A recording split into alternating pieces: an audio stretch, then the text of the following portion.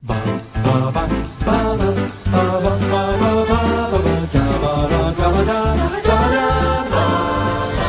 would you run away? It's not quite what I expected. Maybe I shouldn't have strayed from the path. Don't you know what's out there in the world? Someone has to shield you from the world. It's because of you there's a giant in our midst. It's not what I wish, it's what you wish. We have one chance. Don't you see that? If we're gonna get through this, we're gonna do it together. If you love me, why did you stray? I was raised to be charming, not sincere.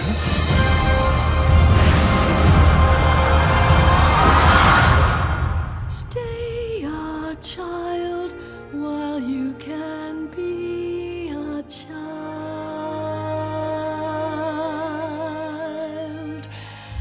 with me.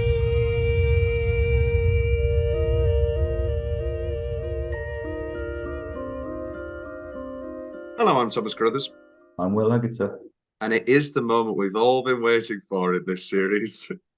Is this the episode of least joy? Wow. I know you weren't a big fan of Merrily We Roll Along. No. I don't know. I think we'll have a good time chatting. We'll have a good time talking about it, but Yeah. I don't know what it is. It's It's lots and lots of little things, isn't it? it's the fact that Sondheim let it happen that I'm most annoyed about. He is. So he's on the behind the scenes featurettes. I obviously watched it all, and he's not as exuberant and passionate as he is about Sweeney, but he is nice, and he is nice about everybody. You're just nice. He is just nice about everybody, and so is James Lapine. James Lapine wrote the screenplay and is involved, and seems happy with the product. They all love Rob Marshall, and I get it. He seems to be a very lovable person. His energy is very infectious. He's infectious. No, he seems to be a really, really passionate and good guy. And Chicago is excellent. And his work on the stage is also very good. He choreographed and then later directed the Sam Mendes Cabaret. The sexy one with Alan Cumming and Jane Horrocks, and everything's realistic now. And now every production of Cabaret is just a version of that. Yeah. But let's just look at these. I think it's 5 films he's made. Do you remember the last film he made? Well, I'll give you a clue. It's another musical, and it stars. Sorry again? Rob Marshall. Rob Marshall. Yeah. It's another musical, and it's got 2 people from this movie in. 2 people from the movie. I'm going to guess Anna Kendrick. No, I know exactly what it is. It's The Prom. No, it's not The Prom. Is it not The Prom? No. Good guess. Good guess. No, that only had Meryl. Oh my God, it did, didn't it? Oh no. He played an outrageous gay man. He did. It was just quite offensive. The best bit was when he said, "I'm as gay as a bucket of wigs, baby." I thought, this is not the right. This is not correct. I think that's one of the only reviews where my mum read, and my comment was, the problem here isn't that James Corden isn't gay. The problem is that he's awful. We don't need to list. Yeah. We don't need to list the litany of straight people who have played gay roles with sympathy and quality. And then my mum said, You shouldn't be so mean.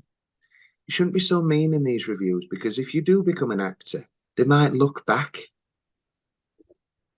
If you worked with me, I don't know, Robert De Niro. I'm working with Robert De Niro. Do you think he's going to flick back? Have I reviewed a new release De Niro movie? Yeah. First day of set. Hey, Tom, yeah, I read your review Mr. Dave. of Mrs. Harris Goes to Paris, and yeah, Leslie, I love Leslie. No, you're getting. I'm going to say some other people who are in this movie, Okay. and this goes to show to what extent it's like completely forgotten. Emily Mortimer, Ben Whishaw, Colin Firth, Julie Walters, Angela Lansbury, David Warner,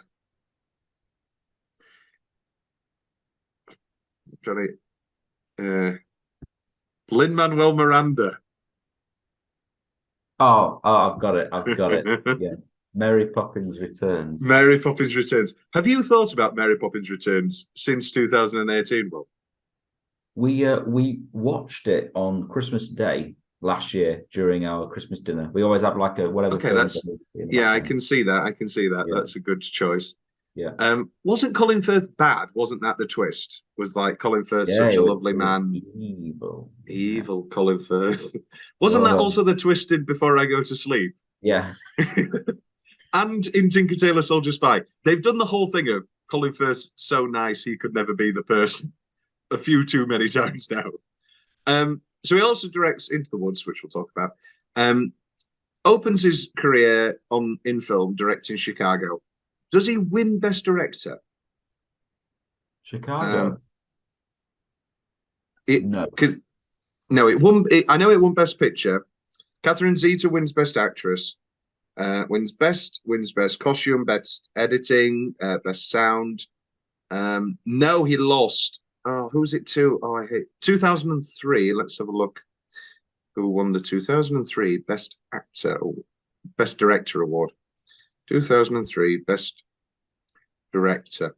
Anyway, the moral of the story is that he can. Oh, Roman Polanski for The Pianist. One of our other great directors of musicals. And that must mean Adrian Brody won. Adrian Brody over John C. Reilly. What a travesty! No, if someone stood up in a crowd. I've shown you before the Will Ferrell and Jack Black. Yes. A comedian at the Oscars, the saddest man in town, and then John C. Reilly pops up and he goes, John C. Reilly. I chose to be in both Boogie and Talladega Nights. What do you think of Talladega Nights? Don't like it. I don't either. No. I guess it's because it's not our culture. Yeah, it's all NASCAR and I guess. Memoirs of a Geisha is his next film, 2005. Hit book. He directs that. I have heard anybody talk about that film ever, so that can't be a good sign. He directs another musical in 2009, Will, starring Penelope Cruz, Nicole Kidman, Judi Dench, Sophia Loren, Kate Hudson, Fergie, and Marion Cotillard. How many women did I just name? 7. 9. Have you ever seen 9, Will? Oh, is it a? That's the name of the film. Oh, okay. 9 with Daniel Day-Lewis. Oh no, don't know that one. What's wrong with Daniel Day-Lewis? Oh no, I like Daniel. Oh no. Yeah, 9 has good moments, but is frequently shit. Yeah, frequently bad. Yeah, and then Pirates of the Caribbean on Stranger Tides. I didn't even know he directed that. I watched the Chuckle Brothers when they were both still kicking about. Came to Wakefield Theatre Royal and did Pirates of the Caribbean in Stranger's Tights. Oh, that's good. That's pretty funny. Yeah, good. We were both in Pirates of the Caribbean, weren't we? I know your sister was. Jess was. Oh, yes. I often confuse Will's girlfriend with his sister. No, hopefully Will doesn't. No, terrible. So this is the thing, isn't it? Without a shadow of a doubt, Chicago's his best film. Oh yeah, yeah. There's just no question at It's a all. good one to have his best. It's a great film. It's a great film. Yeah. Yes. Into the Woods, on the other hand, I don't know. Do you want to talk about other casting possibilities now or later? No, we'll do it later because it's going to depress you so badly. Thank you. So directed by Rob Marshall, James Lapine does do the script. From an early point, there is a leak that says that there are huge script rewrites from the original and that a lot of the songs are gone. Now, Sondheim and Lapine then came out and said, no, that's not true. But it is kind of true. It's true. We've talked about this before, about I mean, will the first one be out? No, it won't, actually. This is the first time we'll talk about something and it still won't be out yet. But the choice of the press release of them announcing that Wicked's going to be 2 movies because they can't tell the story of Wicked in 2.5 hours, when in Tokyo, London, Broadway, all over the world, it is told in 2.5 hours successfully every single night and twice on Saturdays. And to trim half an hour of this, but then add new things in, it somehow feels longer as well. It somehow I don't know. This is the thing. You can't say it's that cutting all of the songs is the problem with the film. It doesn't help, but there are just so many little things. I think I know you disagree with me on what I'm about to say, but I think Little Shop of Horrors is one of the best musical to film adaptations of all time. You disagree because you're so close to the show because you were Seymour. And so no, I don't disagree. I like the film very much. Yeah. And I think that and West Side Story, I've always said, are great musical to film adaptations because Oliver's great, because the intermission, but less so Oliver on this point, is that the intermission kind of gets in the way. Like Little Shop of Horrors, without an intermission, you remove the fact that you lose your best character.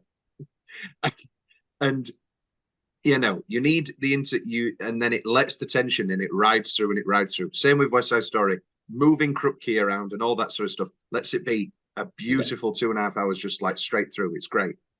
And this, as a piece of theatre, is incredibly and constructed to be in 2 acts without a shadow of a doubt. And you obviously can't have 2 acts in a movie.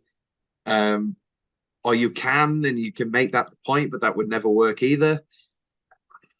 When you think of Into the Woods as a failure, Will, what's the first thing that comes to your mind? Into the Woods as a failure?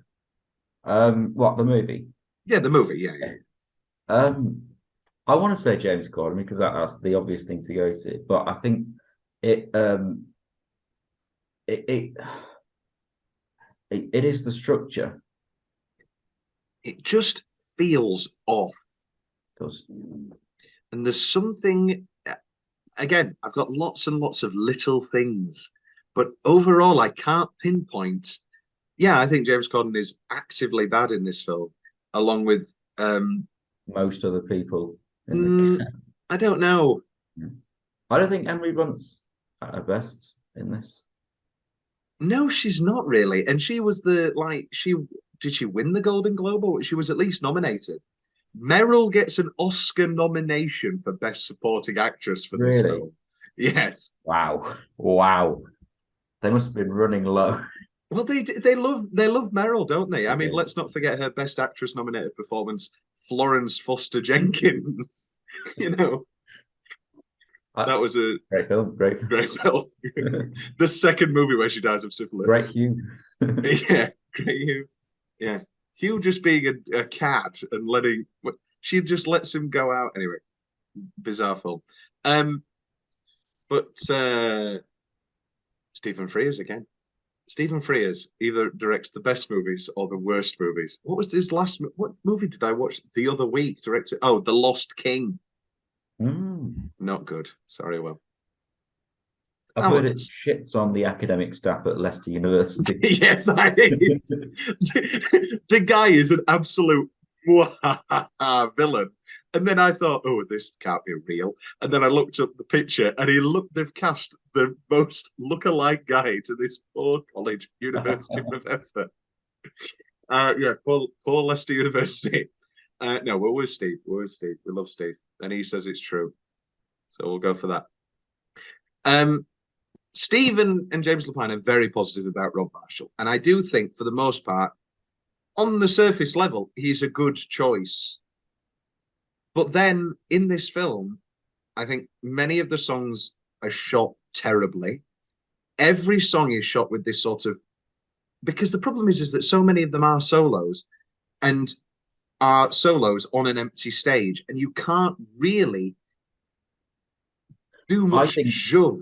I think Zemeckis should have done it. Oh, but would he have live? But would he have done it live? He wouldn't have done it live, Will. Has Zemeckis ever directed a musical? No. Polar Express. Well, I mean, yeah, sure. Beowulf. There's a lot of. Yeah. Okay. All right. I can maybe see it.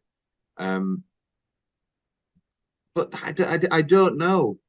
Well, we know what the best option is, and I'll tell you later. Sorry. Corden. The minute he starts talking on these behind-the-scenes featurettes, he annoys me. It takes someone like Rob to grab it. That he's talking about bringing Into the Woods to the film, to screen, by the way. So this is what he says. It takes someone like Rob to grab it by the scruff of the neck and say, this is how we're going to do it. Just incredibly annoying individual. Has he ever been good? Has he ever been History Boys? History Boys, and Smithy. Gavin Spacey, yeah. Apparently, he was very good in One Man. Yeah, no, he was. Yeah. Did you not watch it when they did it over COVID? No, I didn't. I watched the University of Sheffield do it. Was it that also critically acclaimed? No. Did they do the terrible thing of the audience, the people being in the audience? Except it wouldn't have worked because you know the people. Yeah. In earlier drafts, here's some. We'll talk later about 80s and 90s casting, but for now, these are some people that were thrown about for this film. Earlier drafts, the narrator character, IMDb throwing them under the bus here. In earlier drafts, the essential narrator character from the original stage musical was still part of the story. These are a few people that they threw about. Jeremy Irons. Very nice. These I think Ian McKellen would have been a great. Ian McKellen's not mentioned here, but he would be excellent. And I'd love to see Ian McKellen do it live and see him be stately narrator, but also be mysterious man. And they wouldn't. I don't think they do that in this film. I mean, they cut him entirely. Jeffrey Rush, James Earl Jones. Oh. You know, it would have been great if they kept James Corden as the baker and had James Earl Jones as his dad. Son. John Cleese. No. Bit bumbling. Sir Michael Caine. Michael Caine, but I could see John Cleese as Cinderella's father. No, the other guy from Python. Michael Palin. Michael Palin. Oh, that would be lovely. That would be good. Yeah. Running away. Let's do it. Let's go to the Himalayas. Let's go to Iraq. Michael Gambon. No. And Alan Rickman. Sad, yes. There were even rumors about giving the role to a woman. Oh, no. Such as Julie Andrews or Angela Lansbury. So both Sondheim, stalwarts, and Disney favorites. Because I've figured it out. It's a Disney movie. And this shouldn't be a Disney movie. No. It's a parody of a Disney movie. Doesn't it feel... It's like if Shrek was made by Disney. Oh, yeah. Can you imagine that? It's like yeah, it feels Disneyfied, especially come the end. I can understand maybe if you want to do the whole heightened Disney thing for the first hour and a half, and then it becomes the real second act of Into the Woods. That could work. I could see that. Yeah. But they don't. They're trying to do this realistic thing throughout. Well, not realistic, but kind of realistic. Here's some more casting. Originally, Chris Pine was Rapunzel's prince because they had somebody else as Cinderella's prince, Mr. Jake Gyllenhaal. Would have been great. It would work the other way around. Still better. Yeah, but you're not going to get Jake Gyllenhaal to take that role, are you? Right. No, just like talking about names. I mean, poor Tracy Ullman, they get her for Jack's mother, but yeah. Alan Cumming as the wolf. Yes. Yeah. Better than Johnny. We'll talk. I've got some great behind the scenes quotes. I was talking to Colleen Atwood and talking about, I've only ever sung in movies twice and Sondheim again. Tina Fey auditioned for the role of Baker's wife.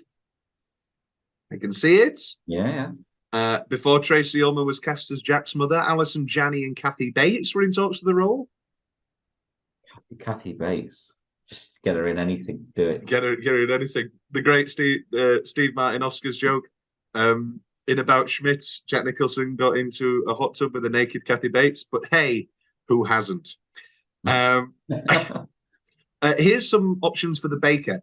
Now, some of these are older than the others, and I think this is casting possibilities through the years, so I don't know. Matthew Broderick. No, I can see it. I can see that. I can see that. A Rob Marshall favorite. Richard Gere. No. John C. Reilly. I think that could be good. Yeah. Neil Patrick Harris would have been great. Would have been better. He would have been a good wolf. Good wolf. Yeah. And a Baker. Yeah, he would have been. He can do anything. Neil Patrick Harris is a very, very solid man. Colin Firth. No. Can Colin Firth sing? Yes. In what? Mamma Mia. Oh, how did I forget? How did I forget? I can still recall. Recall, yes. Oh, the song. He's not as good as in that same song. The flower power. I was so happy we had met. What's the name of the game? Does it mean anything? I had a grandmother called Sophie. Anyway, more ham, please. Julie Walters as Jack's mother. Yeah. That's not a casting what if, but like, why not? That would have been great. I think she'll be going back. I think she'd be a great narrator, actually. Oh yeah, I can see that. Dennis O'Hare and Jim Carrey. Wow. As the two princes. That'd be good, yeah. When in negotiations to play Sally Bowles on Broadway in Cabaret, which she did go on to do, Rob Marshall talked to Emma Stone for the role of who would you do? It's 2014, so it's 2 years before La La Land. If you're thinking of her age, thank you. I would go for Cinderella. She's got that feisty Cinderella, yes, and that's what they wanted her for. But she turned it down because she didn't think she had the vocal range. This is before she goes on to a Broadway stage to play Sally Bowles. Anyway, she jokingly asked Marshall if she could play Jack instead. Can we get over the whole thing of talking about how Sally Bowles shouldn't be able to sing? I'm sorry, I can't have this argument again. Everyone's always like, well, actually, Judi Dench wasn't the strongest singer. Yes, but she can still sing. Yeah. And, and all this, no, actually, Sally Bowles shouldn't be a good performer. Liza Minnelli changed it for the worse. I know. Musical. To help get the project green-lit, several actors green-lit, there was a table read. At this table read, I'm thinking, Corden's there as the baker. So they must have fallen for this guy very early on. which makes no sense to me. Whose ransom, whose pictures of affairs does he have? And why is he? Does he think he is the Neil Patrick Harris of our time? Does he think? After all of this, Neil Patrick Harris would have been the best option. Yes, I think age appropriate. I think. Well, he played him on in this current revival, didn't he? Megan Hilty as Lucinda. You haven't watched Smash, have you? No, it's good. Alison Janney as Jack's mother. As long as she plays it like Tonya Harding's mother. Anna Kendrick as Cinderella. I think they fell for her quite early on as well, and you can understand why. She's absolutely perfect. Really good. And Patrick Wilson as Cinderella's prince. I like it. He's great as Raoul. He is good as Raoul. Did you see the tweets of Minnie Driver? Somebody tweeted saying, "As Minnie Driver, are we going to finally accept that Minnie Driver carried all of Phantom of the Opera?" And then she retweeted and was like, "Thank God somebody said it." You know, sometimes you've got to be able to just take things a little bit less seriously. All right, Minnie. I think there's one man who carried Phantom. Listen. So the wonderful Simon Callow. It is. Simon Callow is wonderful. I think everybody's great. No, that's completely untrue. Gerard Butler, no. No, and I love Gerard Butler. Oh, well. It's great. That's Phantom. Oh, this is this is what we found out last episode. You've never seen Phantom, and we're going in March. I've forgotten already. Right, let's get into the film itself. Within literally the first line, something is off. Once upon a time, there lived a village on the edge of the kingdom. Bum, bum, bum, bum. And immediately you're off. Your ear is off, and you're going, what is wrong? Why? I've put here later as well. All of the dialogue is longer and worse. Yes. Time after time, dialogue is changed, and maybe it's the Disneyfication. Sorry, just one more thing. These Sondheim adaptations to screen, Sondheim writes and teams up with people to make the book that's got everything fits. So you could literally just put it on screen and not have to change anything, and it still works as a movie. Yeah. But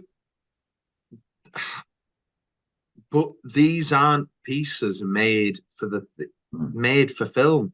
Yeah. Todd would be a good film. Todd is a good film. A Little Night Music, I think, would actually be a great film. The film that we got is dreadful. But we didn't even watch it. I didn't even schedule an episode on it. I didn't want to waste your time. It's not even interesting bad like this. It's Hal Prince's only film that he's ever directed. And I'm thinking, I don't know, Anyone Can Whistle is the sort of absurdist. Well, you don't like Anyone Can Whistle, can you? What I'm trying to think. Well, they're making Merrily We Roll Along into a film, as we talked about. A massive, long. I think Sunday would be a terrible film. Assassins. No, it just doesn't make any sense. I don't know. And a lot of these are based on films or based on other materials. Then again, I think Into the Woods, I don't think it's a stupid idea to conceive a film adaptation of Into the Woods. I think you can watch it and go, yeah, this could be a film, and we can get a real giant, and we can do more practical effects, and we can, make the witch really scary and all this sort of stuff. But they don't really. No. And I think literally in that first line, once upon a time, there lived a village on the edge of the kingdom, and something is off. The village doesn't live. Yeah, really. Yeah. Anyway, maybe there was a village on the edge of the kingdom. Maybe I typed it wrong. But the point is that how is that in any way better than once upon a and then they have a nice pulsation to it, the splash Cinderella stepping in the Yeah, puddle. in time to the music. It's all, yeah, that's a nice sequence. We pick it up. It's good. Yeah. Marshall on Corden. He's got this incredible physical comedy, and he can sing. And then Corden gets annoying, and he says, "I really like the baking. I think the baking could be a new thing for me." I really don't like it. He's not good in this at all. No, he's not funny. He's not. He's creepy at times. It seems like an SNL sketch. He's just playing James Corden, but then most things he does nowadays, he's just James Corden. Yes, like being horrible at a restaurant. Was there ever? When do you think people liked James Corden most around the world? Gavin and Stacey. Yeah. I don't think American audiences like him. Well, he's leaving now. He's leaving. But the whole hype, oh, he's really big in America, he's got his show. I don't think they like him. No. I don't know. I think it's like buying bad stock. It's like, oh no, he was really big in England. Let's take him. People like an English host. Please do. Yeah, keep him. What do you think's next for him? Because everybody is leaving his show, presumably to do more acting work.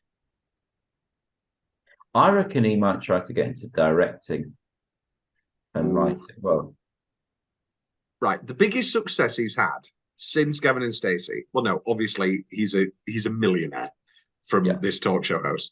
But he's probably One Man, Two Governors. That's when he had the most favour, and everybody liked him again. I think he's going to come back to England and do another farce play. Blithe Spirits. He's going to play Angela Lansbury, the Mrs. I'll have a cocktail, please. I reckon he's going to take a one-man show around. He's going to do a Rob Brydon. Because nobody else will work with him. He's going to tell stories of his life, jokes, bit of stand-up, and then he's going to have a live band and sing some songs. Yeah. That's what he's going to do. He thinks, I bet you any money, he thinks he's the show. He's I'm the greatest showman. I'm carrying on, that old showman thing. Because you've been doing it your entire life, mate. That's why. Yeah, you're fake. Nobody likes you. Christine Baranski, the best British. John Oliver's great, yeah. Christine Baranski making an incredible entrance. The festival. Christine Baranski is great in this. She's wonderful in everything. Yeah. And in this, of course, she's deeply underused, but I don't know. The poor girl's mother had died. The poor girl's mother had died. Terrible.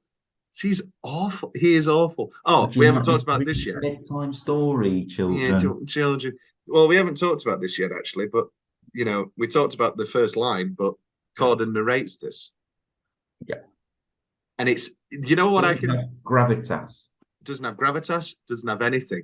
Doesn't have comedy. It was a big day of eating for them both. It's like he's narrating a children's storybook. And it's also like he's doing his first take. Yeah. Rob Marshall. Yeah, that's fantastic. That's fantastic, James. That's fantastic. I'm going to lunch. Rob Marshall seems to be a very nice man, but from this point on, we can do his voice as old, bitter director who realizes he's on a sinking ship. I think Michael Ball would have made a wonderful baker. He would? He would. Oh my God. Older baker and older baker's wife. No, it doesn't work because you just tried to get Imelda. I was going to say, but it doesn't work. I don't want to be rude, but she would probably be Jack's mother. And no, she'd be the witch. No. Yeah, the whole matter of pregnancy might be an issue with. She's also playing the Queen during the 90s, so different casting types. Great, it's coming. Isn't it out now? I never really had a chance. Am I going to watch that or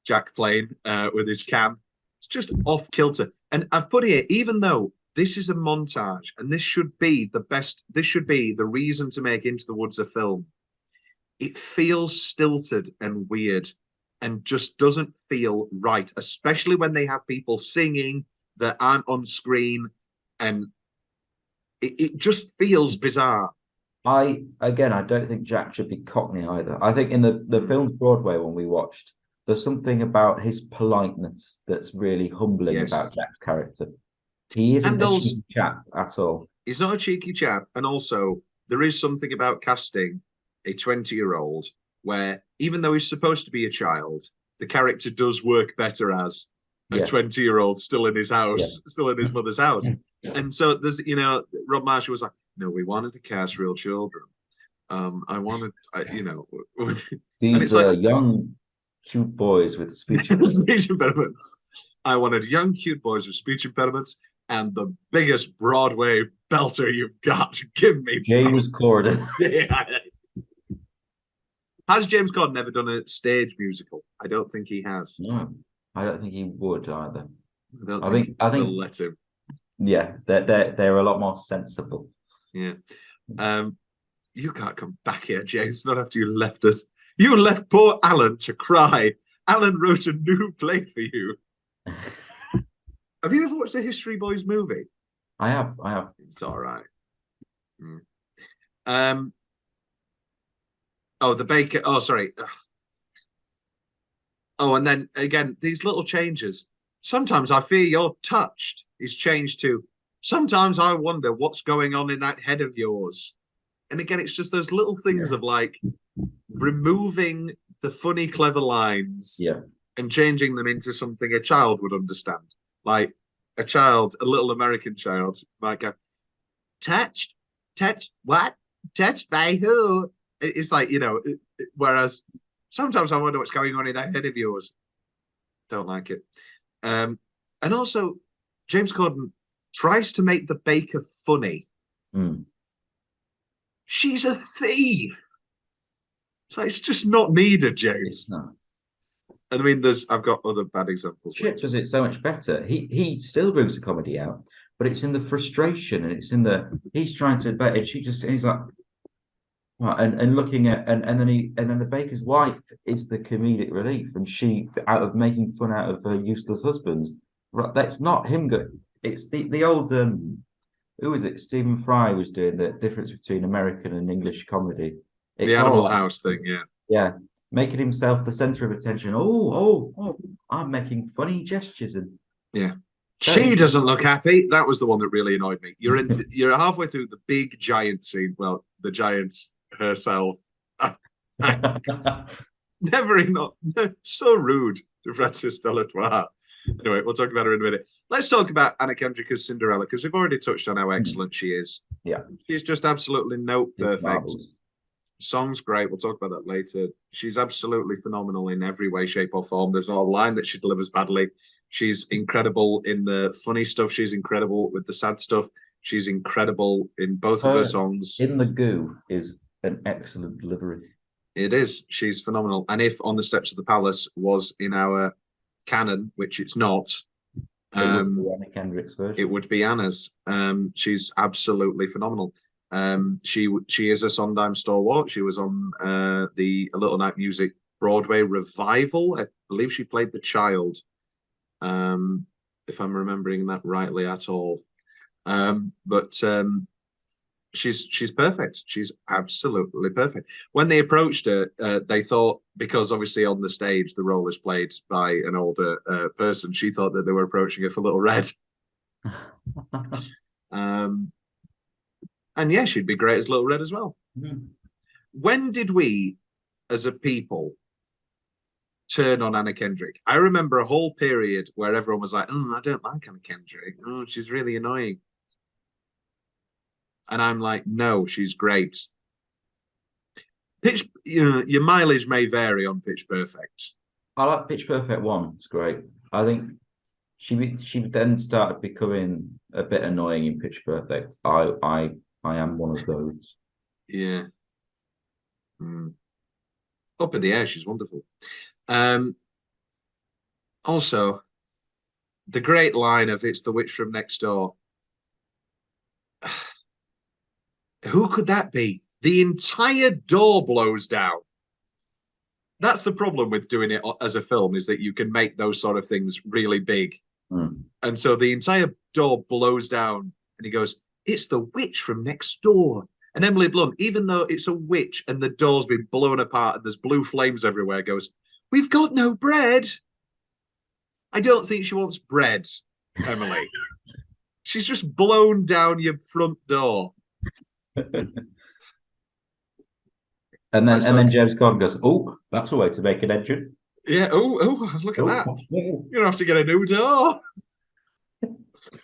At least she didn't blow my back door apart. Oh, we'll have to change the locks. How does she?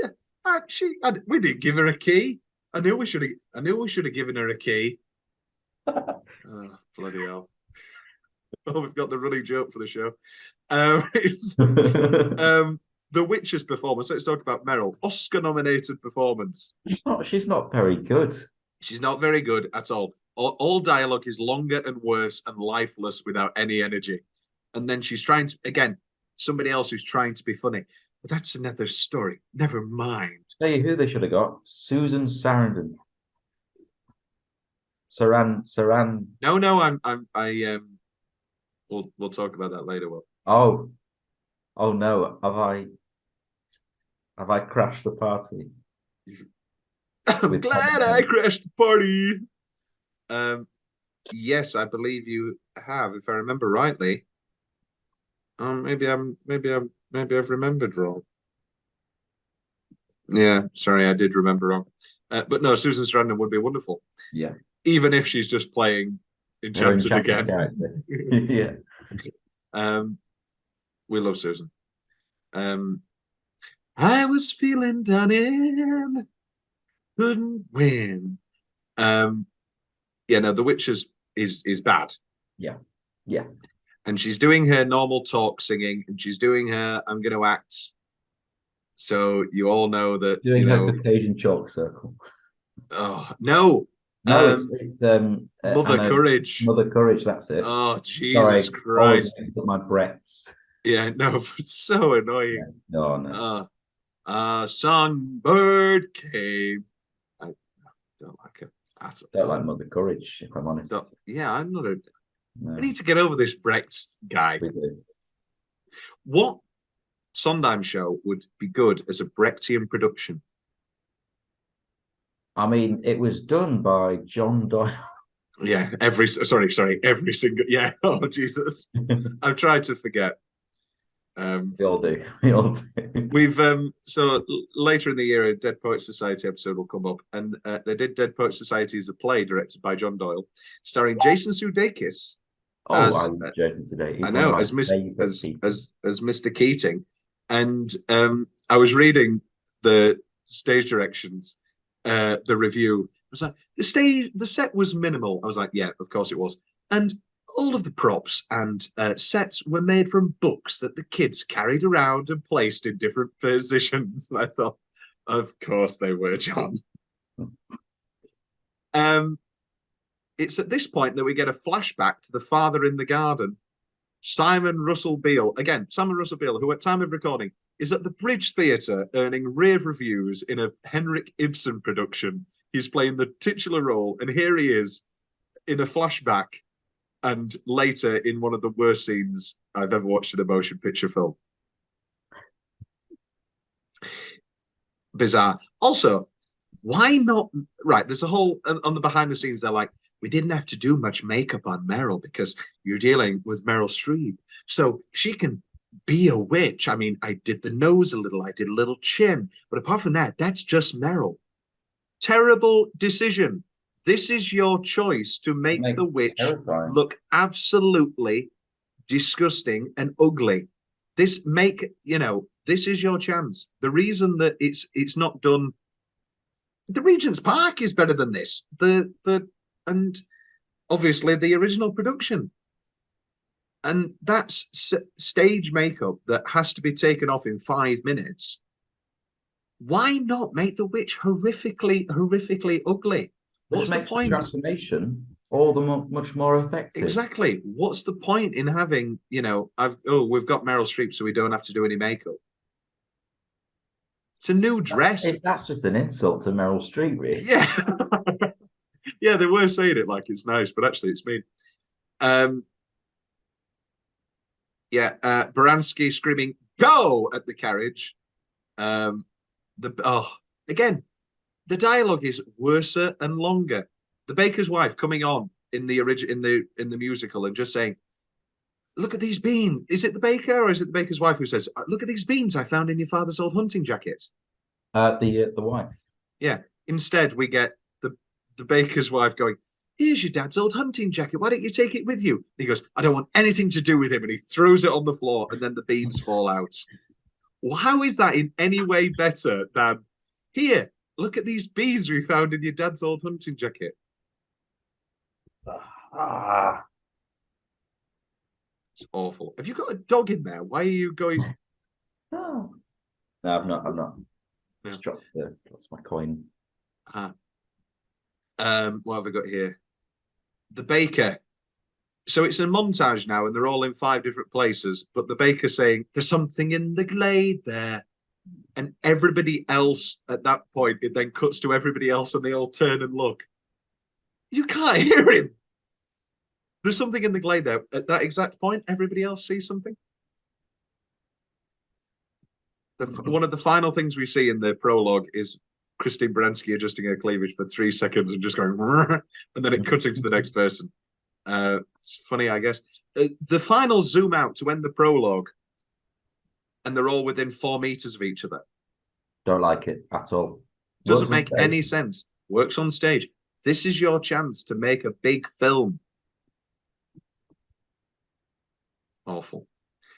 I've put it here. Corden narrating again annoys me every single time it comes on. The only thing I can equate it to is Elvis with Tom Hanks's narration.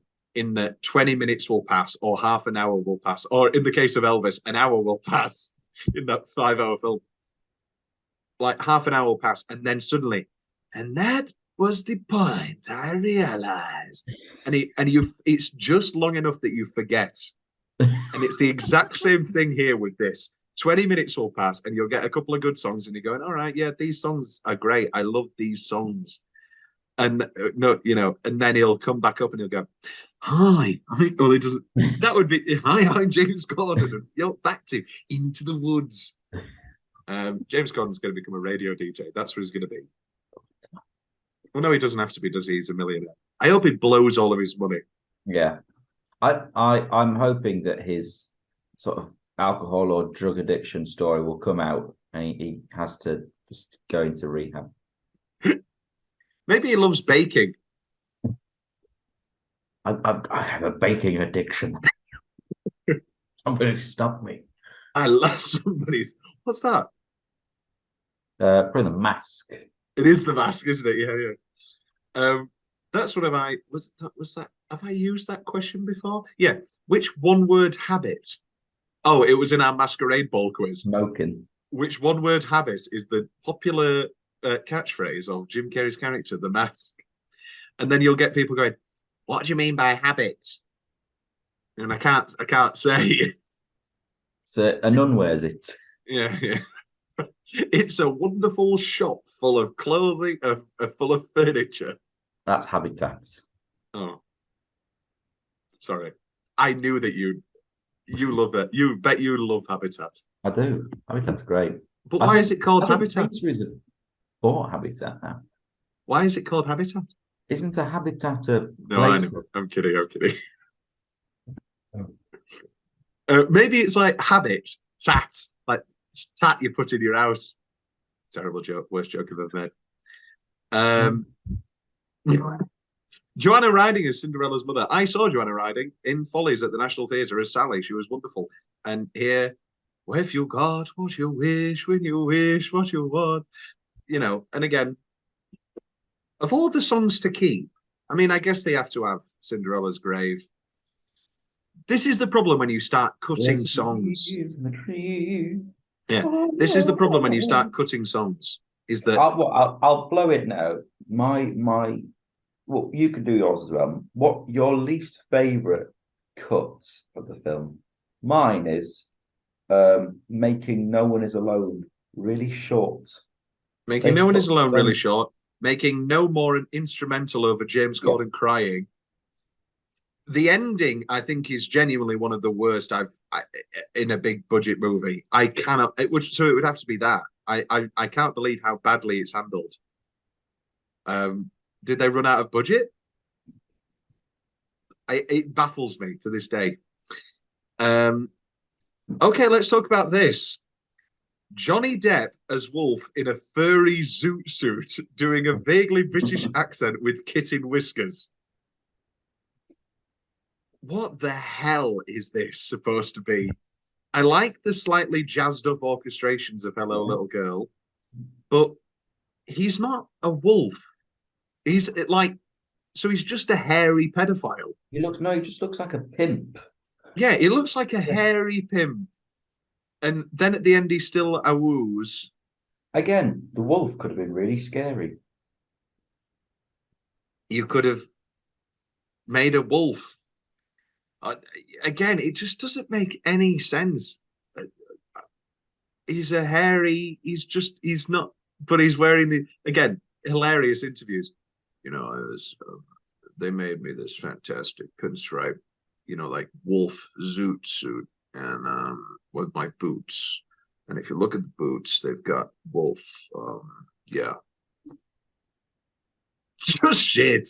I can't believe it. What do you think of his performance? Not good. Not good. And there's a lot more lines that he can't sing, so he does them creepily instead. The best thing he does is howl. That is a good howl. Yeah, one moment, my dear, when he's laid out like a Playboy cover. And then he pops my dear, yeah, and then he pops his leg up to stop her. Very limber wolf. And then it ends, yeah, again. There's no possible way to describe how you feel when you're talking to your meal. Bizarre. And then again, at the end. One of our favorite things when you're talking. When you're talking to your meal. Instead, when you're talking to your meal. I only do Sondheim if I'm doing a Cockney accent. That's one of my David Bowie. No, there's no place like London. Yeah. David Bowie as the wolf. Yes. There's no possible way to describe how you feel when you're talking to your meal. Hugh Jackman. There's no possible way to describe how you feel when you're talking to your meal. That's very good. Hugh Jackman's great. Pierce Brosnan. There's no possible way to describe how you feel when you're talking to your meal. Who else can we do? Colin Wilkinson. There's no possible way to describe how you feel when you're talking to your meal. Neither of us can do a Mandy Patinkin. I've never tried. We need to work on this, Mandy. Oh, I've got one. There's no possible way to describe how you feel when you're talking to your meal. Great stuff. Whoppa! Hi, Antonio. Antonio, you're playing the baker, so please stop screaming "whoopa" every time. There's something in the grill. The witch comes in. It's the witch from next door. Whoopa! Yeah. At the end, the giant's dead. We did it. Whoopa! You have to see when they're in the bakery. What? And Antonio just kept looking at the camera, and he brought his own glasses, and he was sat at he was like, where's the bar in the bakery? And he just kept sitting at the bar drinking and looking at the camera. What's that from? No more. Questions, please. Yeah, no more questions, please. It was Antonio's request to sing, even though we'd cut the character of the mysterious man, to make the character of the baker a schizophrenic and to keep no more as a duet. Running away, let's do it. Oh, what did you have? No, Antonio as the baker and Anthony Hopkins from The Mask of Zorro as his father again. And Catherine Zeta-Jones as the baker's wife. Yes, great. Rob Marshall reunion. Richard Gere as the wolf. Renee Zellweger as Cinderella. John C. Reilly as Cinderella's dad. Bring him back. The people that go to the wine. Yeah. And then the final spoken goodbye, little girl. And hello. Can't not sing either. I've put here, which is maybe one of the funnier notes I've ever written. Corden is creepier than the wolf. The next scene is the Little Red Riding Hood scene, and he's going, I would love a red cape like that. and then Little Red, you'd look pretty ridiculous in a red cape. I would, wouldn't I? He's not funny. Yeah, deaf as the wolf then, as the granny, looks absolutely insane and ridiculous and sounds like Mrs. Doubtfire. And it's so ridiculous that they have to cut away after all the better to hear you with, my dear. And he eats her straight away. They don't even do all three because the minute it cuts to him, all the better to eat you with, my dear. Help is on the way, dear. Help is on the way, dear. Funny, you know what the funniest part of Mrs. Doubtfire is? What's his name? His name's Stuart. Oh, no, sorry. His name's Stu. It's short for Stuart. What is it, dear? Hilarious. Love it. Doubtfire is great. Mrs. Doubtfire is great. I know things now being sung to the baker. Again, somebody thought that was a good choice because they were like, it's all, we can't have them do like solos like on the stage, even though later on we'll do moments in the woods. But you know, we have to have it make sense. So what if she sings it to the baker? And then they do these terrible flashbacks with puppets and the awful vision of her falling through a silk tunnel. Oh no, hate it. Again, even more creepier than the wolf is James Corden. Hi. What? You meet the woman of your dreams, Will. I mean, you've met her, she's wonderful. But you go on a date, it's going wonderful. You come home with her, everything's going great. And then you see on her wall a framed picture of her painting the James Corden creeping through the mouth of a wolf. What's the worst thing that you could see as a painted picture when you, I mean, obviously like Hitler memorabilia or like KKK membership or something like that. But like, what? I don't know. What's bad? I don't know. It's a bad question. Could be many things. Baker kissing child Little Red on the cheek, and it's a big kiss. Yeah. Unnerving.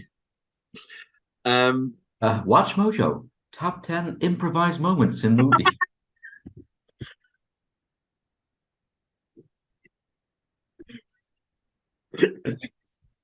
Will. Oh God. There are times when I think I hate you, and then you make a joke. No. Oh, that's good. I do like it when I make a good joke. That was a great joke, Will.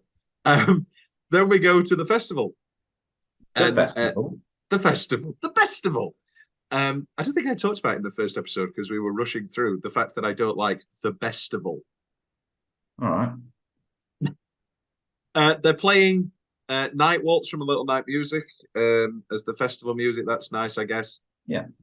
Don't know why it's not a theme from Into the Woods, though. It's beside the point, isn't it? Mr. Baker, how did you come across those gold pieces? Bad. Giants in the Sky, here we are, yeah. Sung to the baker again. Yeah. I think the cutting between him climbing around a tree and him climbing behind the beanstalk makes sense and works. Yeah. Similar to how it's staged, him sort of just roaming the stage, running frantically, exploring. Yeah. It's not good. Again, terrible Corden joke when the witch appears, and then I don't like that woman. It's just not necessary at all. I just to remind myself, I think I've put Meryl was nominated for Best Supporting Actress here, lost to Patricia Arquette for Boyhood. Maddening. Yeah, good. Shouldn't have been nominated. I don't think this is the best part of the film, but it's certainly a good part, is Agony. I like Agony a lot. I like Agony a lot too. Chris Pine and Billy Magnussen. Like it when they rip the shirts open and they get all wet in the water. Wet in the woods. Yeah. No, but great, very comedy. Very comedy. When they rip it open and it looks at it, he rips us. Or another little moment, which of Billy Magnussen getting ready to sing, and then Chris Pine coming in with the "Am I not sensible?" You can hear that Chris Pine is not an excellent singer, I think, but he pulls it off comedically, and it pulls through, and Andy can hit the notes. Yeah, I thought they were going to lower Back to My Wife, but they don't. And Billy Magnussen's great. Yeah. Best part of game night. He's actually not working for the FBI at all. He's actually part of Spectre. Oh yes. What's the better scene with lots of water and Billy Magnussen? What was his stupid name? I don't know. No. It was a really stupid name because any time they said it, it annoyed me. No Time to Die. Did I rank that my best film of the year? No, Licorice Pizza. Then No Time to Die. Then The Nest. Great year for film. Logan Ash. And so every time they said it, they kept saying Logan Ash. Logan Ash. Logan Ash is coming up. What's? I thought you were following Logan Ash. It sounds like a baklava meal. Logan Ash. I make a great Logan Ash. It's very, very funny. And I want to give Rob Marshall some credit. The final button note is on the first shot of the next scene. In one of the worst movie musicals, I think, ever, Beauty and the Beast 2018 or whatever it was. Be Our Guest and Belle, I think it was, have these horrible, 3-second cut to blacks. And it's like, should we applaud? What do you want us to do? And it ruins the flow of the film entirely. And this has a good flow, I think. It doesn't have a good flow. With you. I would agree. Yeah. Corden going moo, then jumping on a carriage with the stepmother and getting thrown off. I said moo. Did you? Yeah, well, it's a line. All right, okay. Did you do it as wonderfully as James Corden? Oh, no, I could never. But him jumping onto the carriage with the stepmother and the whole, can I compare this to this corn, is unsettling and so bizarre and violent, and him getting thrown off. I'd rather be mugged than have James Corden. It Takes Two.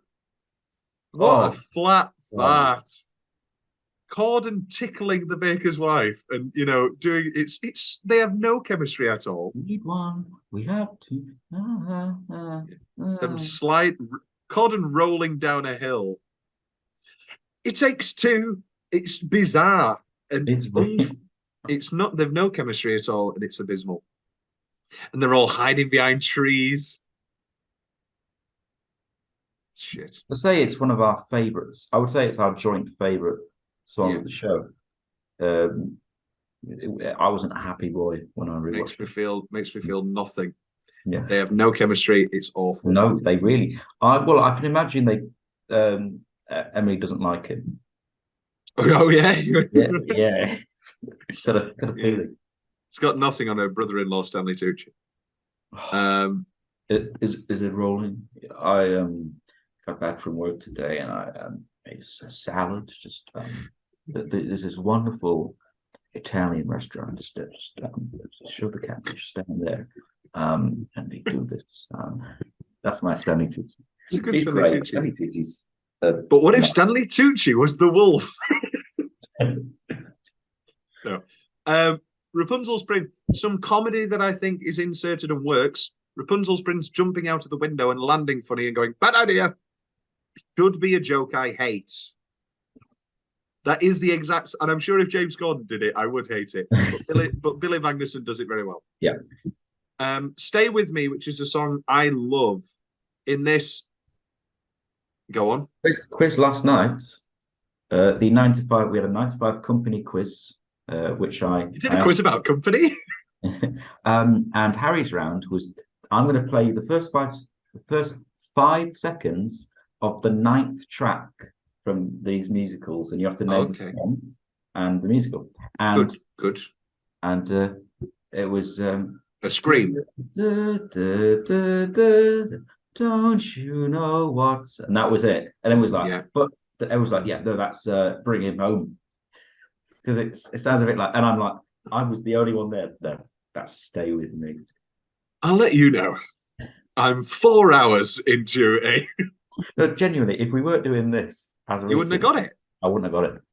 You wouldn't have got dee dee dee dee dee dee dee dee dee. I would have known Into the What. I would have known exactly, but I wouldn't have known it was Stay With Me. Oh, sorry, me.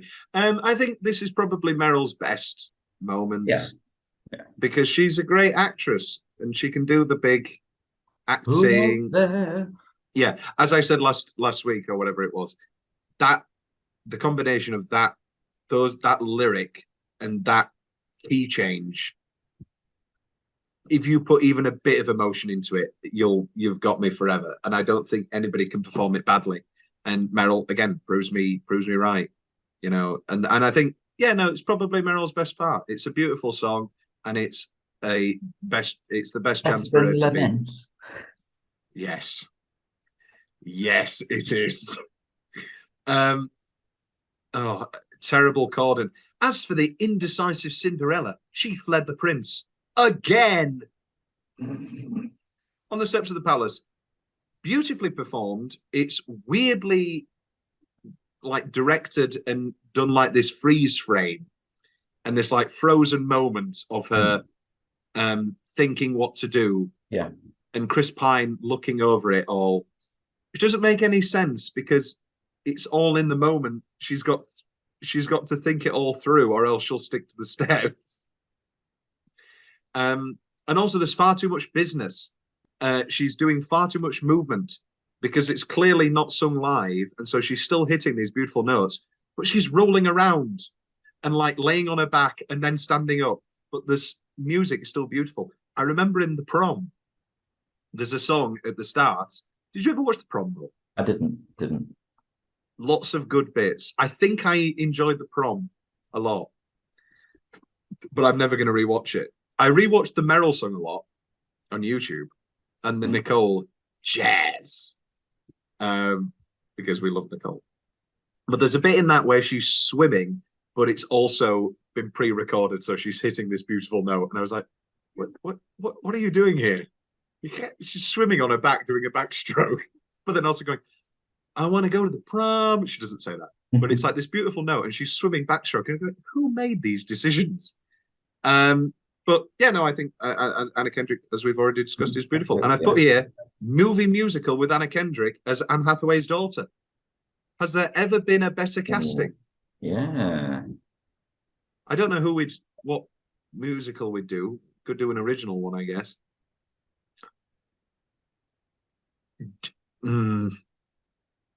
I don't know. I don't know about Anne. Gypsy?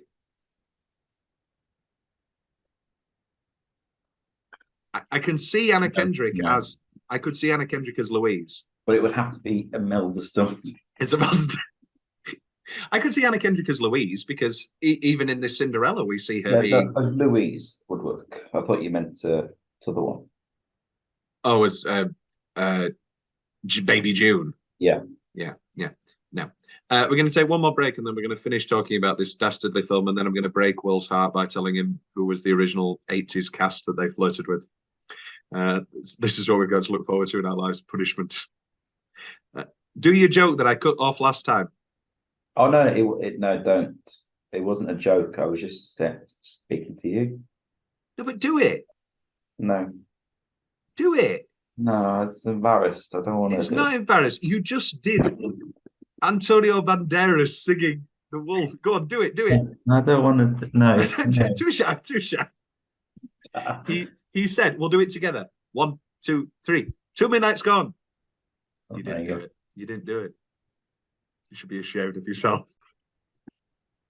Okay, what's left with this film? As for the indecisive, oh yes,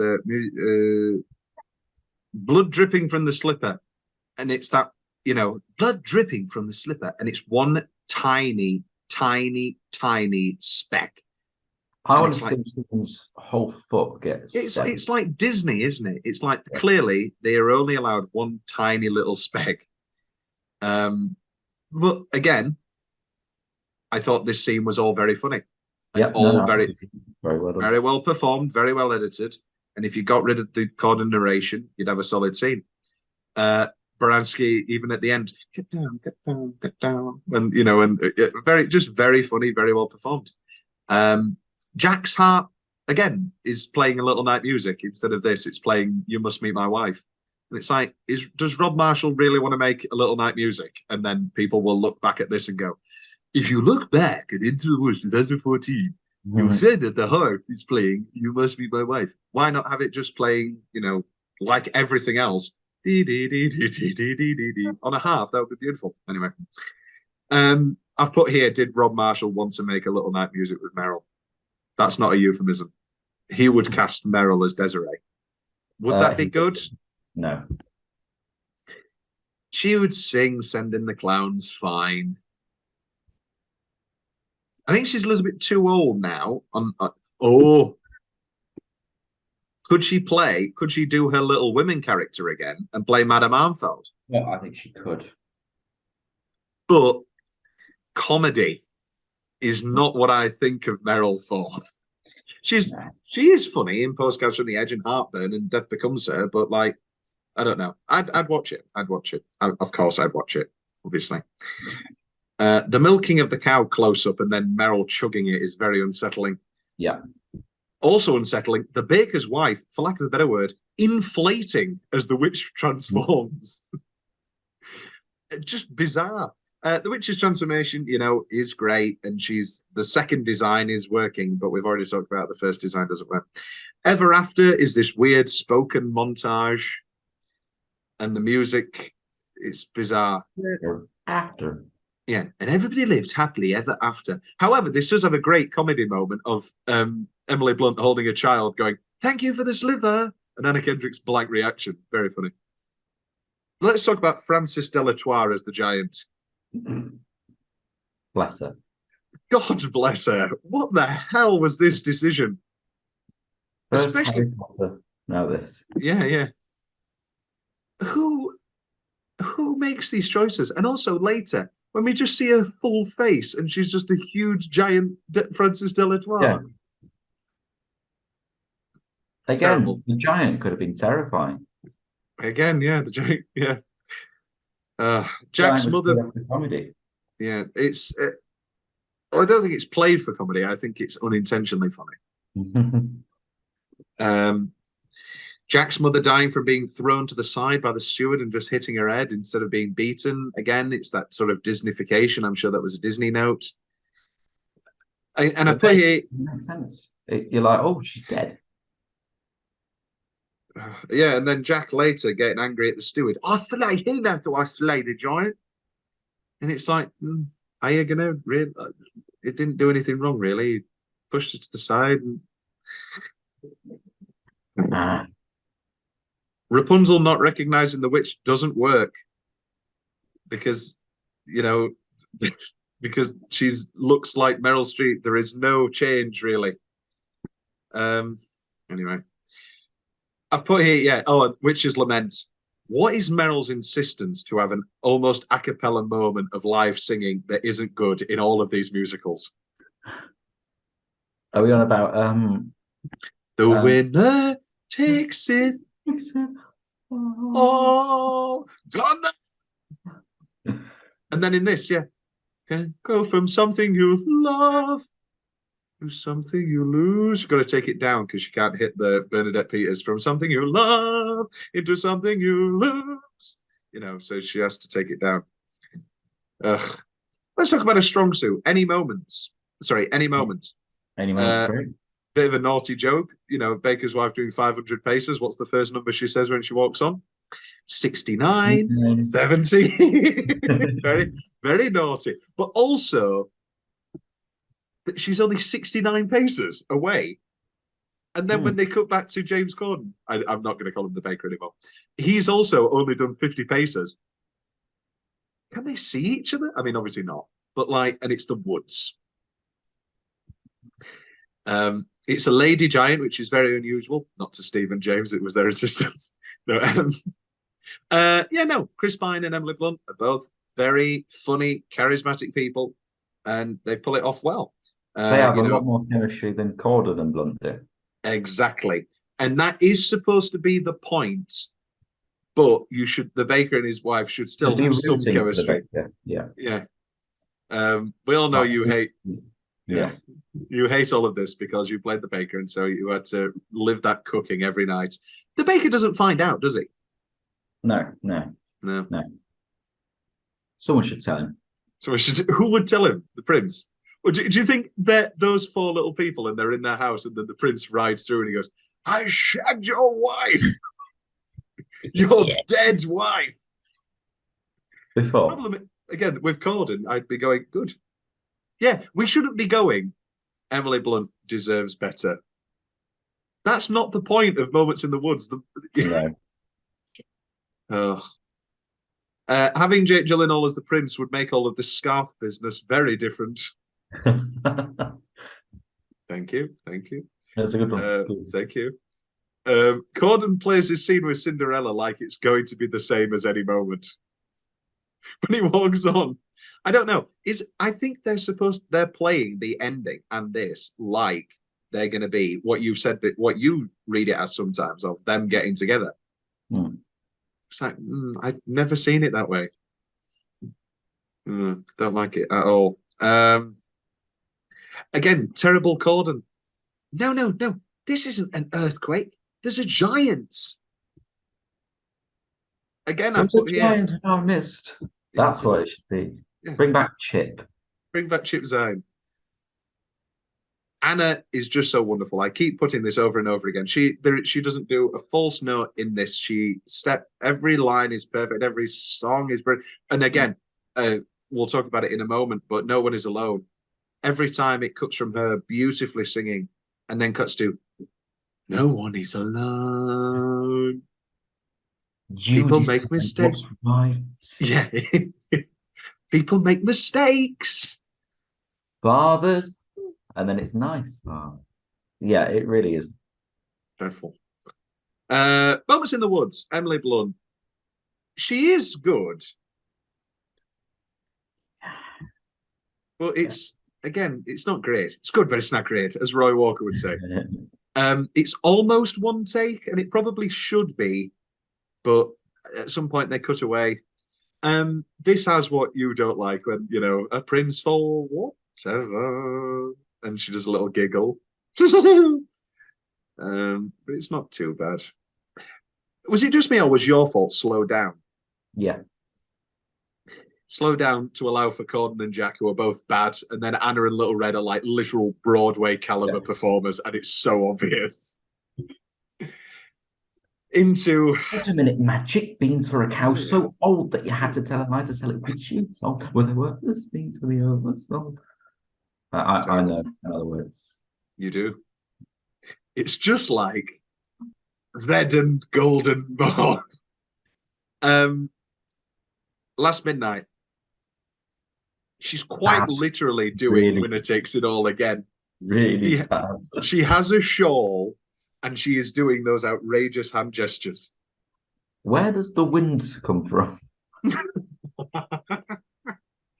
It's the woods. And she's literally doing Winner Takes It All again. Have another bee. Oh no, it's the blame. No, what matters is the blame. And everything you enjoy, placing the blame. That's the aim. Give me the blame. She's doing all these. Donna. Bad. Yeah, real bad. I put here Meryl's best on-screen musical performance is The Prom.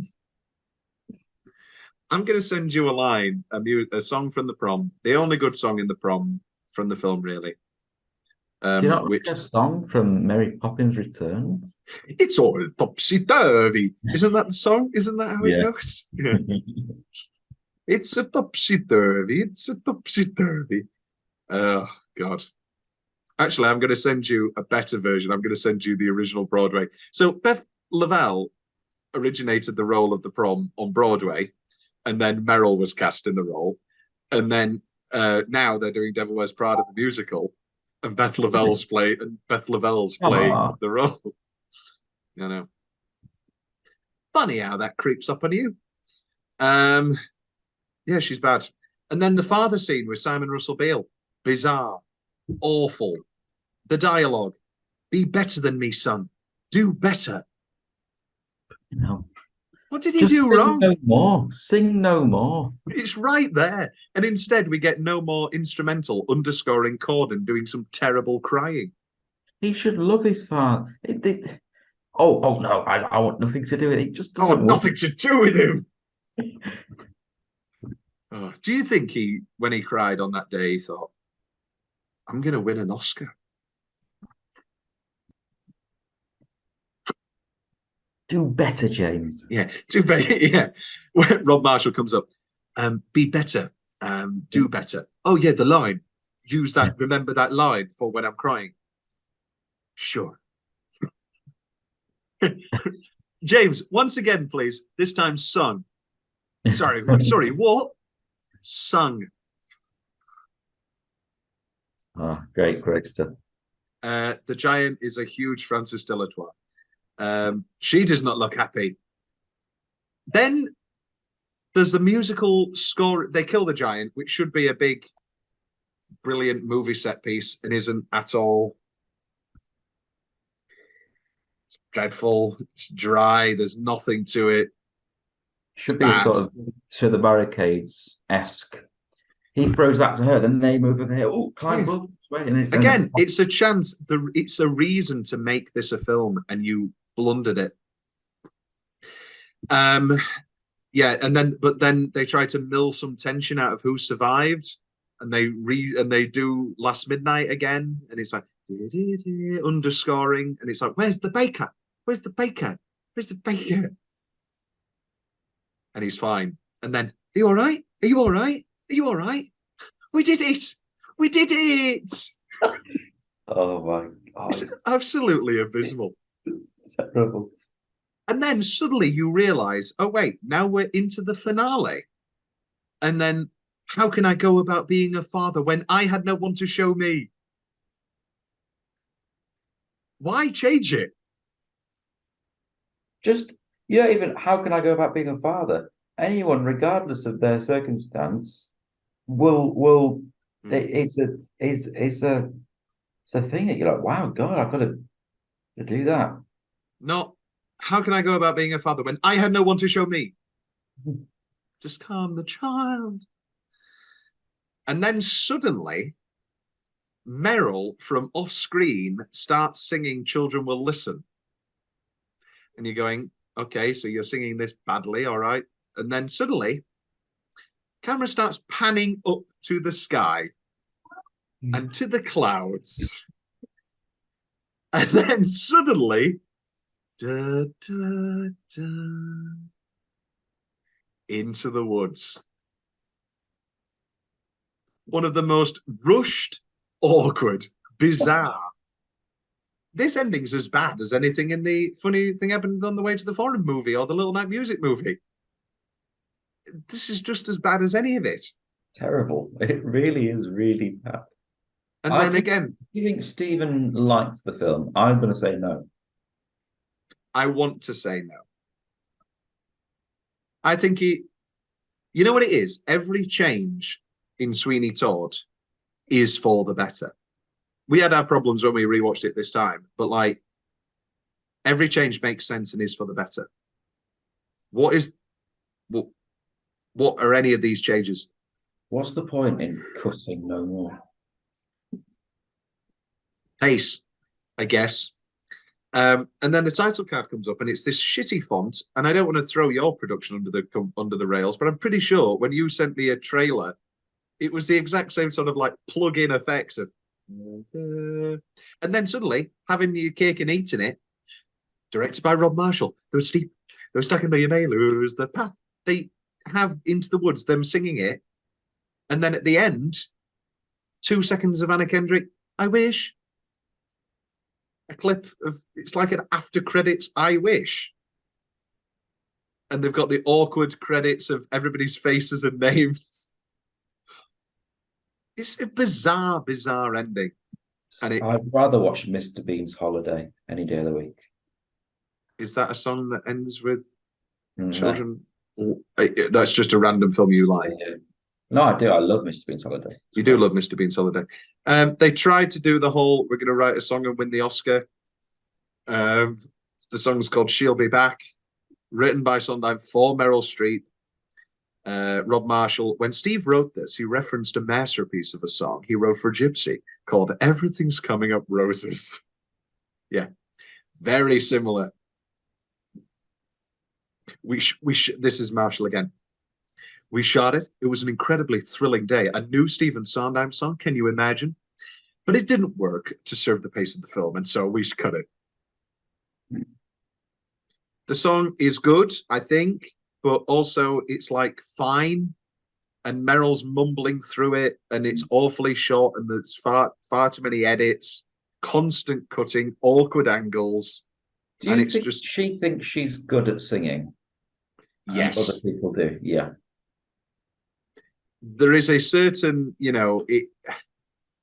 when you're good at everything else, you think you're good. I think you think you're good at I don't know how to describe it. I don't know what. That's it. Into the Woods. Few facts. Because the baker and his wife lack proper names, Emily Blunt and James Corden referred to them as Marjorie and Jeff. I hate it. That's we came up with our little name, didn't we? Are you ready, Jeff? God. Fuck off. Imagine it in the Jeff.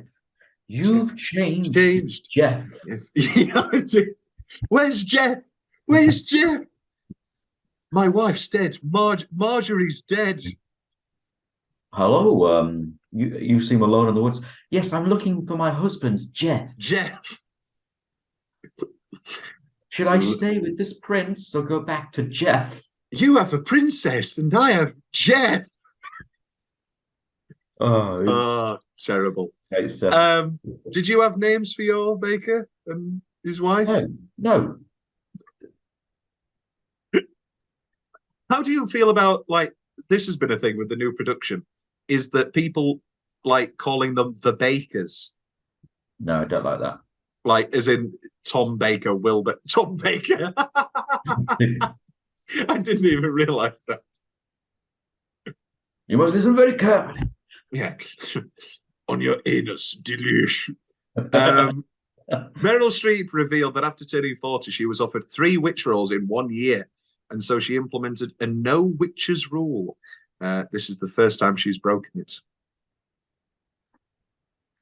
Well, I'm guessing one of them was Zemeckis doing the witches. Ooh! Have you pegged that? 1990. Yeah. Would that have been good? I'm glad we got Angelica. Oh, I'm very glad we got Angelica. No, not Zemeckis doing the witches. No, not Zemeckis. Nicholas Rogue, director of Don't Look Now.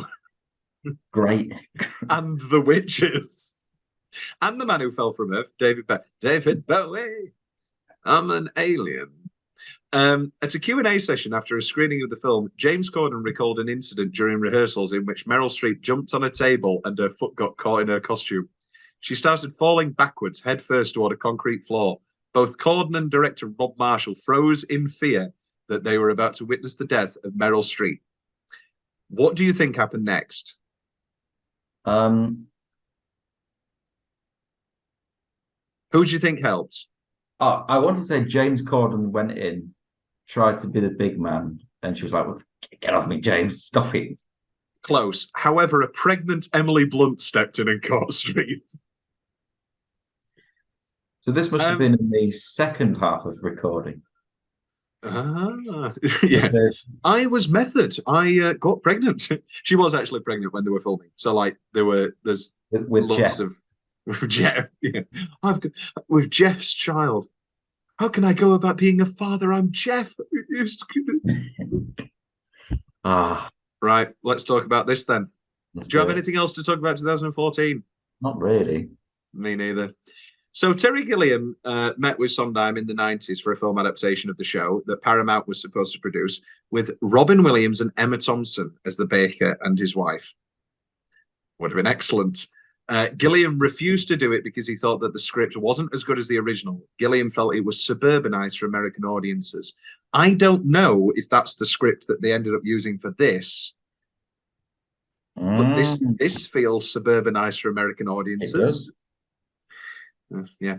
Okay, so there were two readings of the script that Sondheim discusses in his book, Look, I Made a Hat. The first reading, Martin Short as the baker. Excellent. Julia Louis-Dreyfus as the baker's wife. Excellent. Young Neil Patrick Harris as Jack. Excellent. Mary Steenburgen as Jack's mother. Excellent. Kathy Nagini and Janine Garofalo as Lucinda and Florida. Cynthia Gibb as Cinderella. I don't know a Cynthia Gibb. Christine Lahati as the witch, big Broadway performer. So that would have been the role that they were like, okay, let's get this in. Let's get a real talent in. Daryl Hannah as Rapunzel. Will, are you ready for this? Rob Lowe as one of the princes. That would have been incredible. That's good, Will, but it's not as good as this. The second reading. So this was going to be directed by Jim Henson, with Frank Oz possibly involved. So we're talking the Little Shop of Horrors team.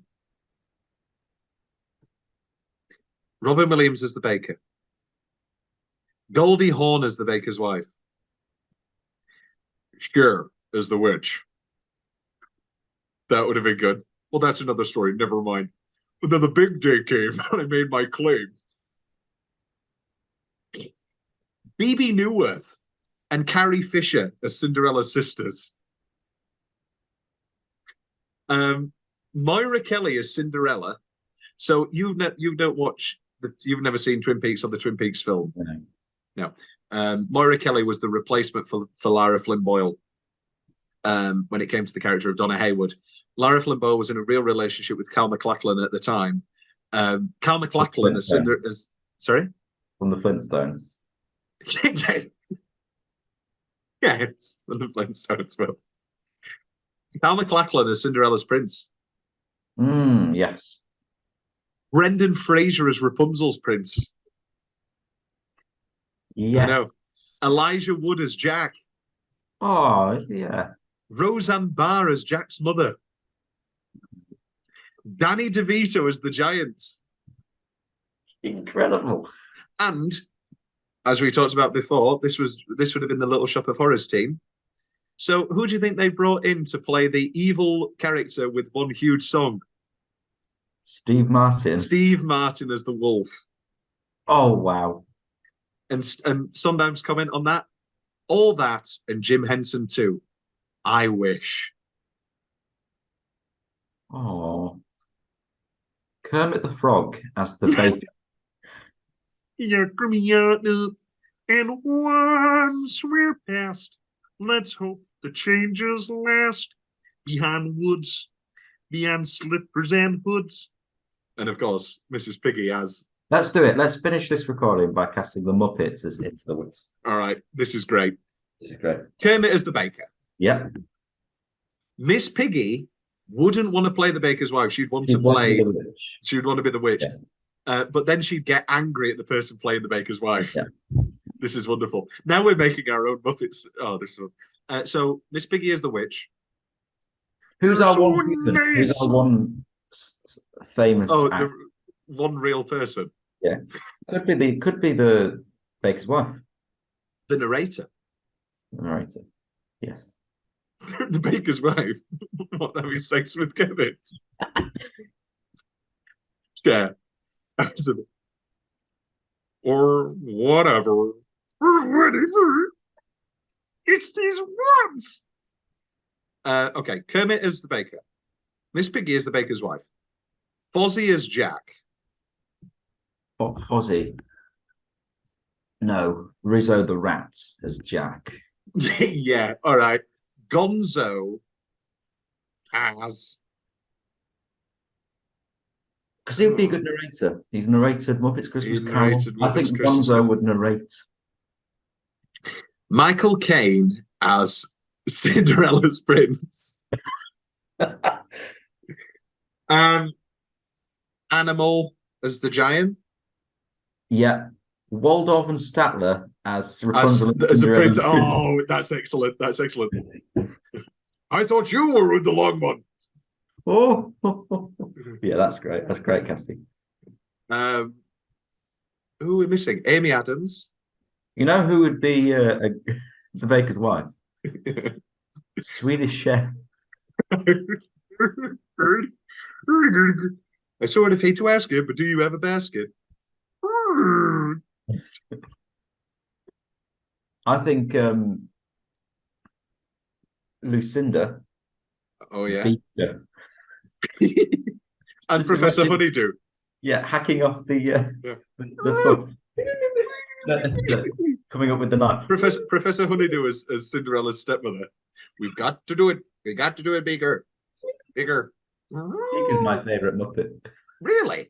Yeah, We've never done a Muppet. That's a lie. We did Muppets Christmas Carol. we did. Is that going to be our next project after IT Crowd?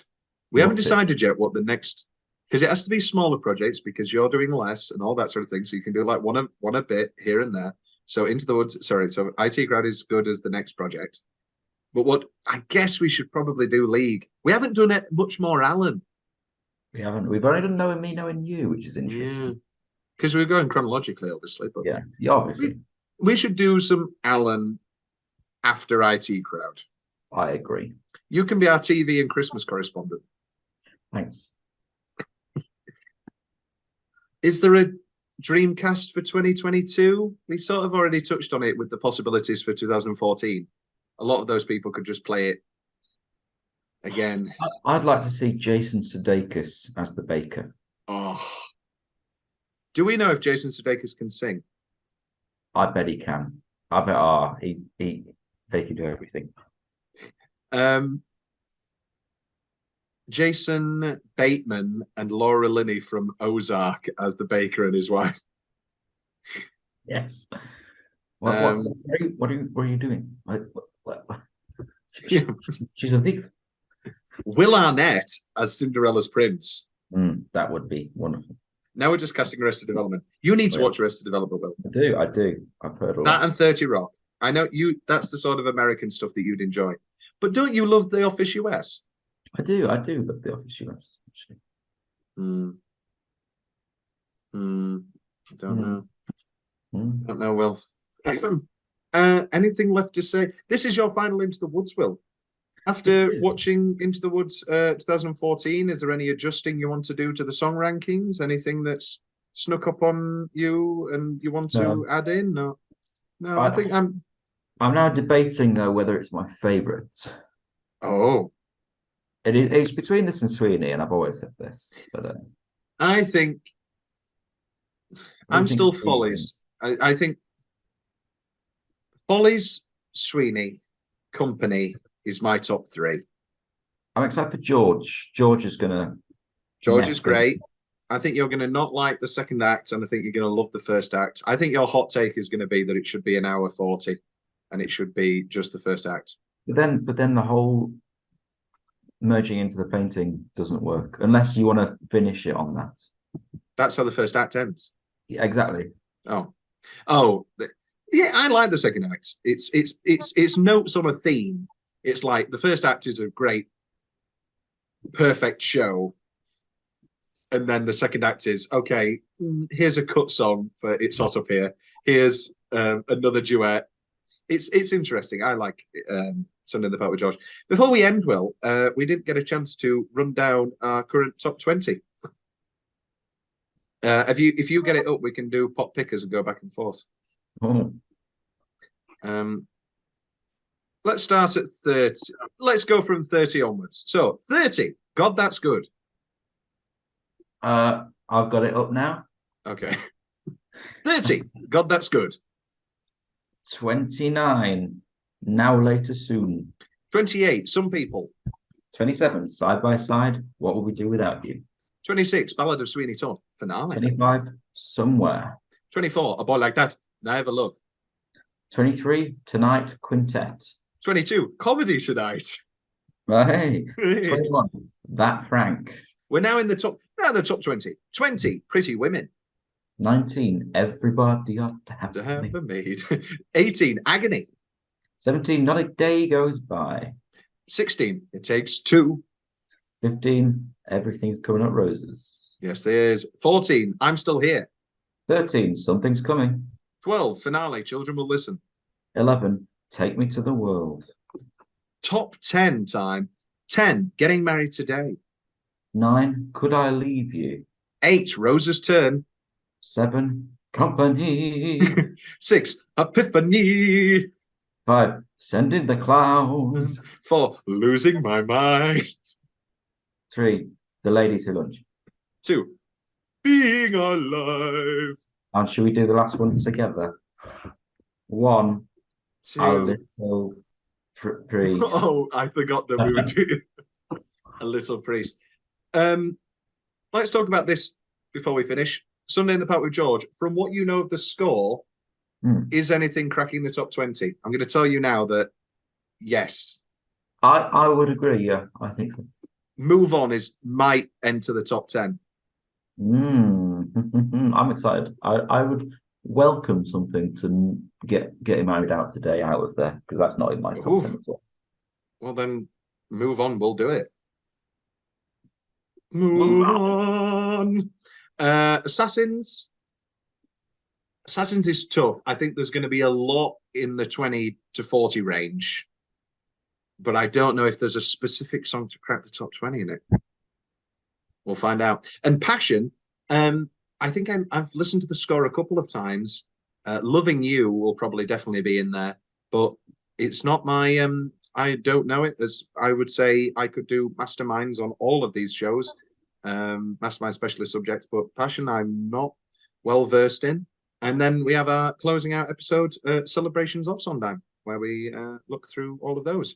For you, dear listeners, it will only be a week, but for me and Will, it will be 4 months, Will. It will. It will indeed. That's so much work done. Into the woods. Go again.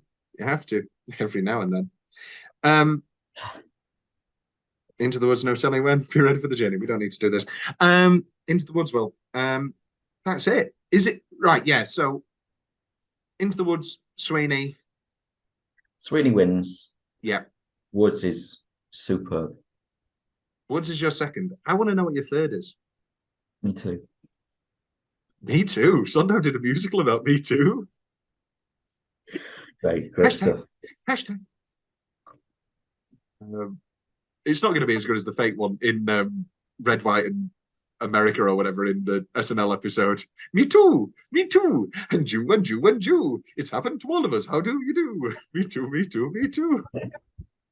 No, very. What is your third? Company. I don't know. I really don't know. I think it might be George. Ooh, exciting. Well, yes, and that will be part of our celebrations of Sondheim. We will have a ranking of the 10 shows we've looked at. But that will not be joint, because we're so different, me and Will. We're so different. Well, Into the Woods we went, and that's that. I don't know. We came out. We both came out. That's the moral of the story. Right, see you in 4 months. See ya. Bye then. Bye bye. Bye bye. Da ba da ba da ba da da.